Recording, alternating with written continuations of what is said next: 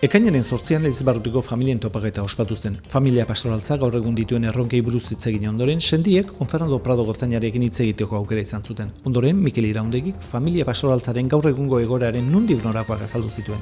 Topaketan zehar beste 3 solasaldi interesgarri ospatu ziren. Ekitaldiari eukaristia batekin eman zitzaion amaiera.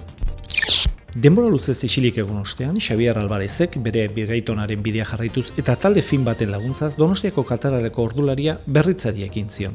Ordu askoko lana bere frutuak eman ditu eta ordulari zahar berritua katedralaren sarreran ikusgai dago. Bere inguruko hamaika bitxikaria jakina izan ezkero Donostiako Elizbarrutiko YouTube kanalean dituzu ikusgai.